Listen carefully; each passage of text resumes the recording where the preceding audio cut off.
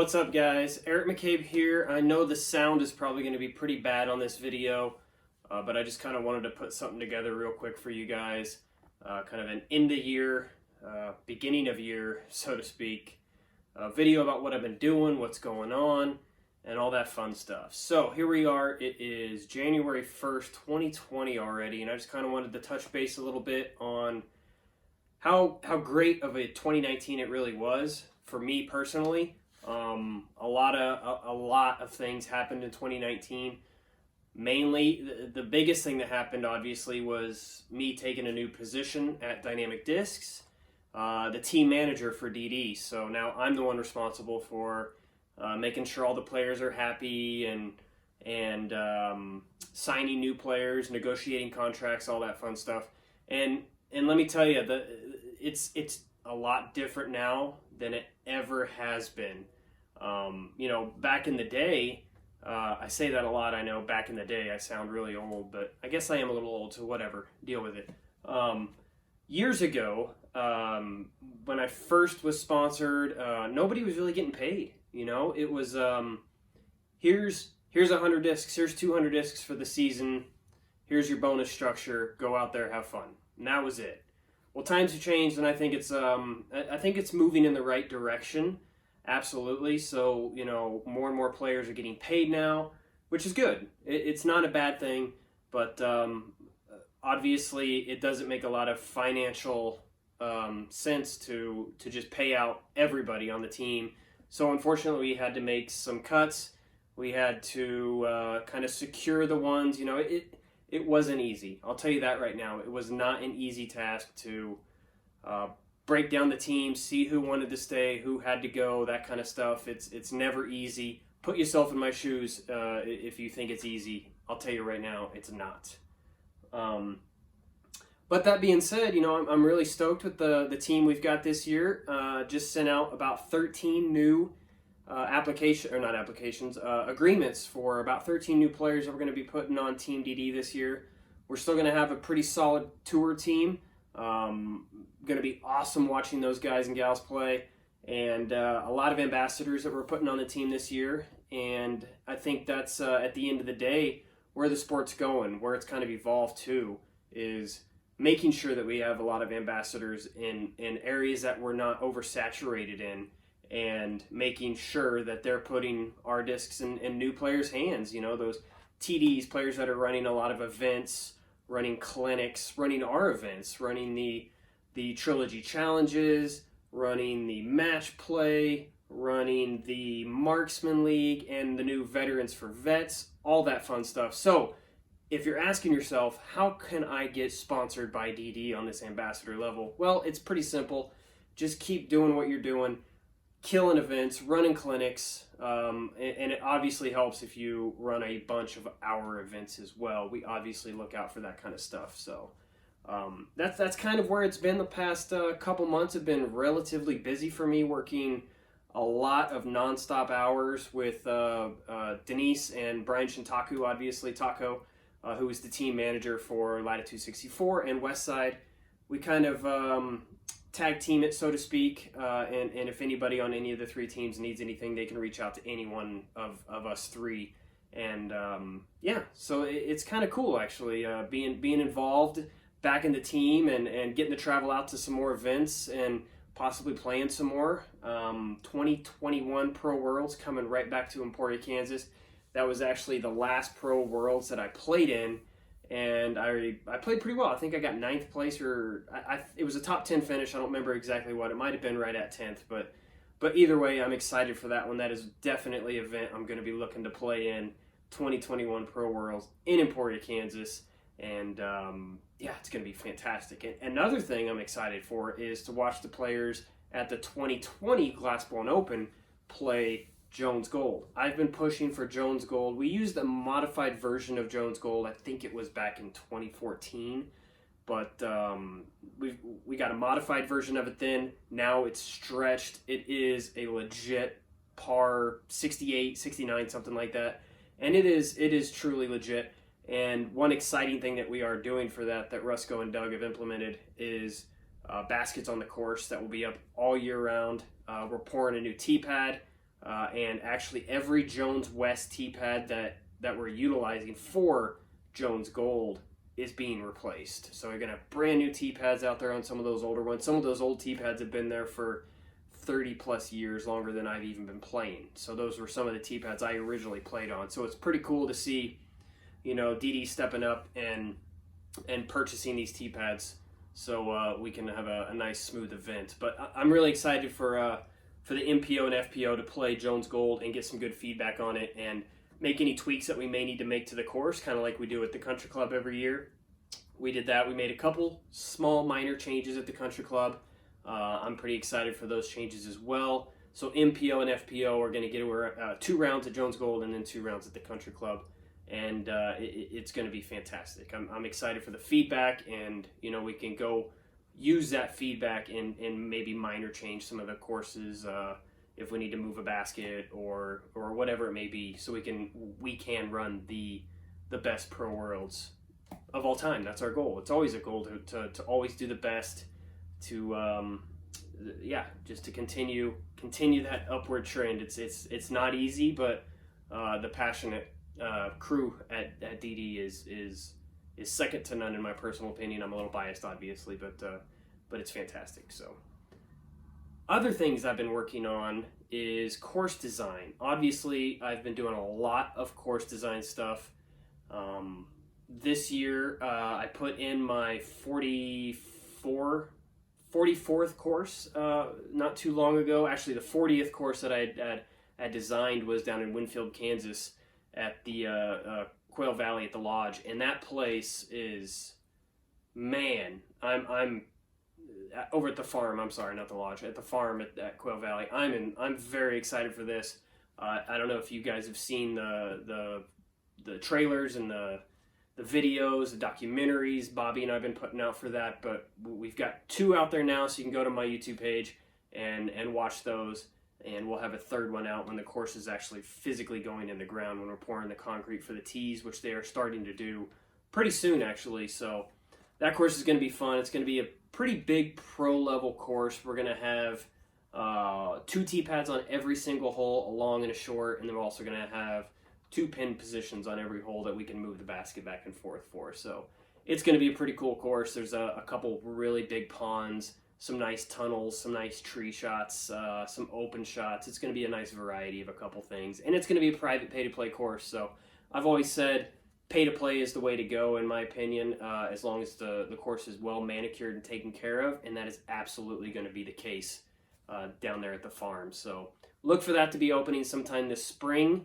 And a couple other projects that I've been working on this year that I'm excited about is Ruidoso, New Mexico. I went out there. Everett Brophy and the crew, the Rugged Ridge Disc Golf Club out there, brought me in and basically open arms, just treated me like a family member. And it was fantastic getting to play with all the club members, meeting everybody and hanging out. Matter of fact, Daniel and Everett from out there came to Emporia just to see Emporia, just to see how everything operates and meet the family, meet Rusco, meet Bobby, meet everybody, and it was pretty cool to see them come up here, and the fire, the passion that they have for it is phenomenal. And the Rugged Ridge Disc Golf Course that we put in the ground up there, it's in the ground now. There's still a few things that we need to work on, a few trimming holes that we need to trim up a little bit, but for the most part, it's in the ground and good to go.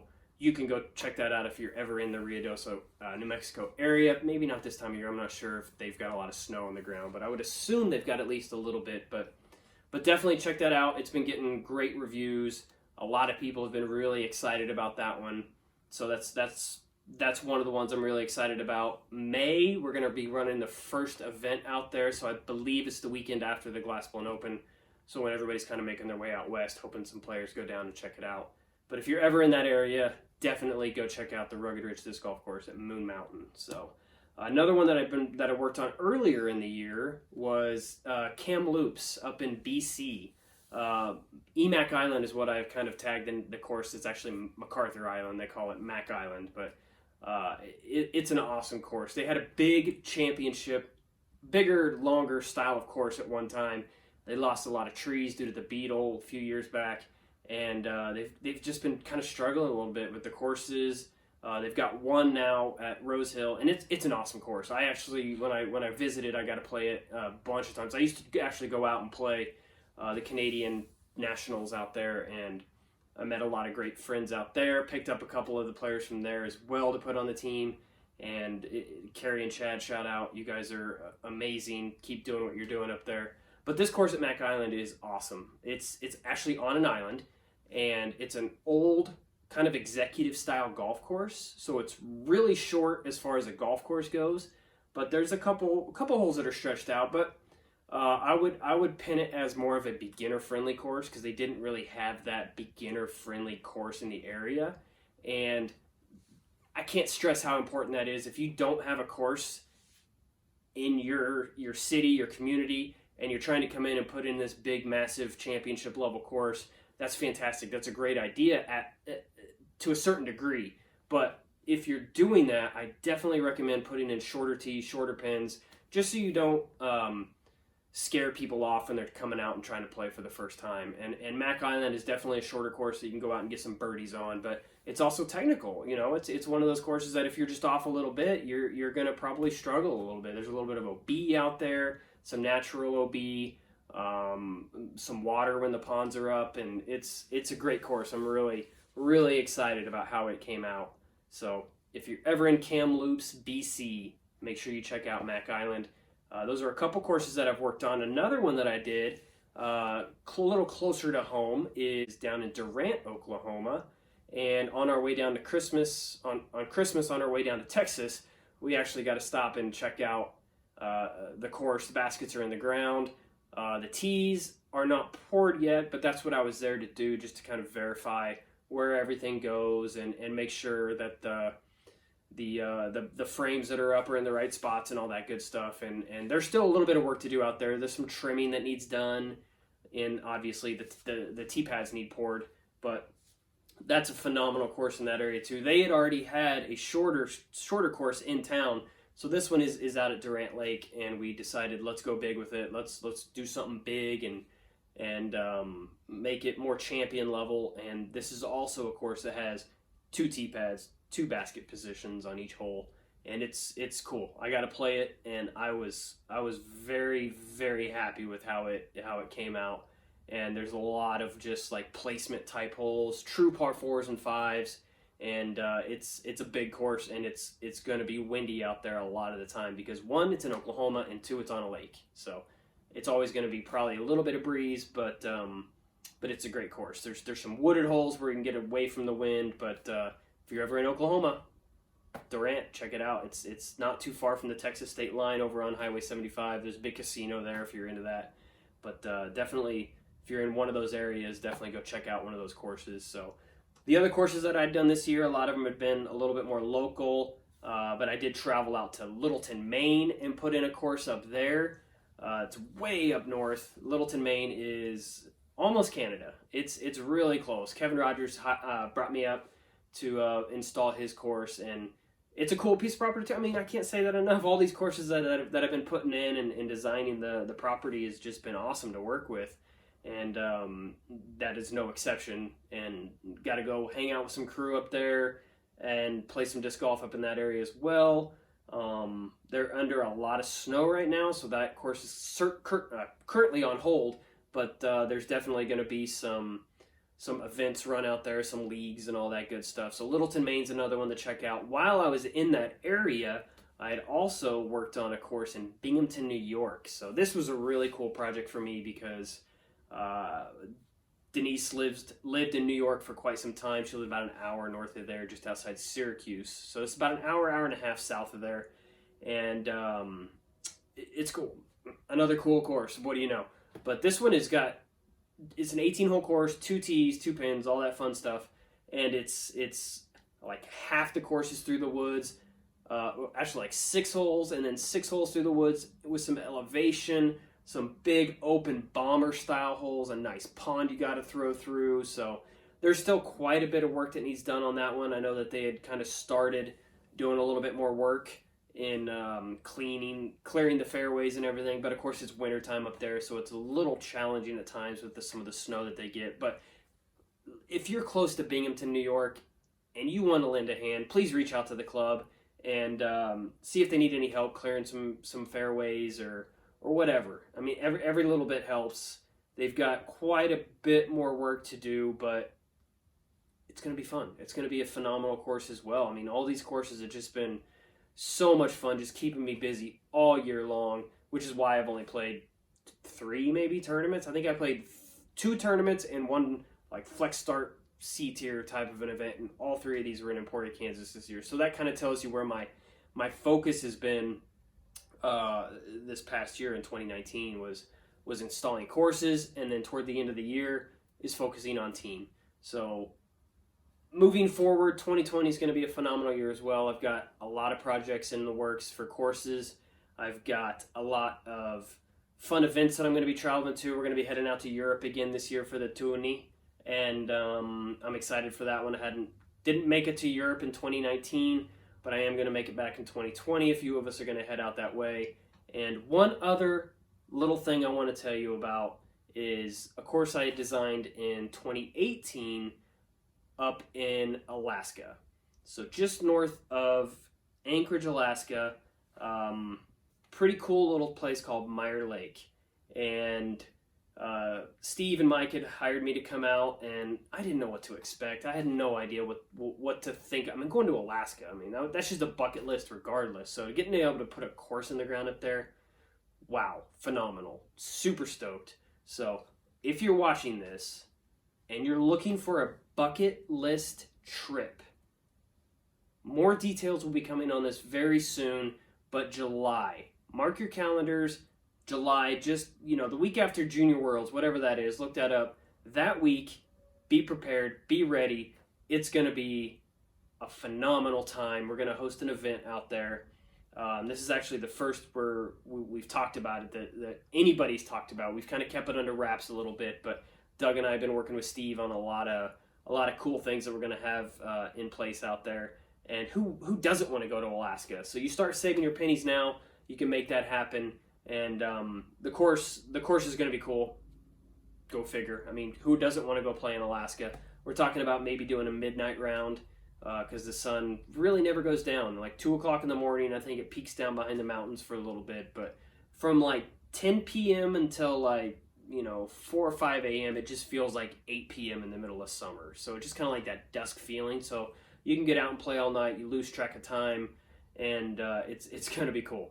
It's going to be cool. Bring the bug spray, obviously, but plan it for a week. Go up there, take a trip, have a good time, and obviously it's a little. It can be challenging to make that happen, but if you're close to the area, definitely mark the calendars for July. Subscribe to my channel, and I'll be obviously giving some more updates soon on that and the Dynamic Discs YouTube and Facebook and Instagram and Meyer Lakes pages, all that fun stuff. Make sure you go and follow all those accounts so you can stay in touch with it. And I'm excited for it, and I hope we can get some people from the lower 48 up there. It's gonna be great times. So that's kind of a wrap, I guess, on what I've been doing, what's been going on, what I'm gonna be doing moving forward. A lot more courses. Plan on playing a few more events this next year. 2021 is definitely gonna be a year that I want to come out and play a couple bigger events, maybe I'm definitely playing Pro Worlds, maybe play GBO that year and Open, but for the most part, if you see me at an event, there's a pretty good chance I'm just there to support the team.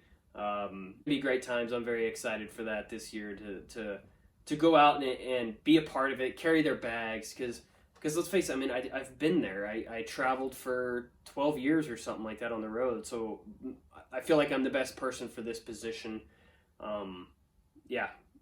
10 years ago. I can't believe it's already been a decade since I won Worlds, which is crazy to think about that it's already been a decade. So, but here's to a new decade. Thanks everybody that has purchased EMAC Truths. I can't say enough good things about this disc. I'm a firm believer in putting a name on a disc that you believe in, and I absolutely believe in this, which is obvious if you see any of my posts on Instagram or YouTube, or anytime DD posts a which disc or 2 Disc Tuesdays, it's always an EMAC Truth. No matter what discs are on there, it's always an EMAC, always. So thanks everyone that purchased the Emacs last couple years, Lucid X Trespasses as well. Moving forward in 2020, I will not be going with the Tour Series Lucid X Trespass, but in fact I will be going with the Lucid X Emac Truth. So look for those. Those are going to be exciting to get in people's hands, and I can't wait for them. I've released them the past couple years at GBO, and I've thrown them a few times, and I'm thrilled. I'm stoked on that disc, and can't wait for everyone to get some. So that's pretty much it. I appreciate everybody out there for watching, following me, continuing to follow my journey through disc golf, and yeah. So if you ever need a course designed or any advice or just want to chat, hit me up on Instagram. Follow me. It's Eric_McCabe. Obviously, follow, like, subscribe, bells, all that fun stuff on the YouTube page. Plan to do a lot more of this throughout 2020. And yeah, we'll see you on the course.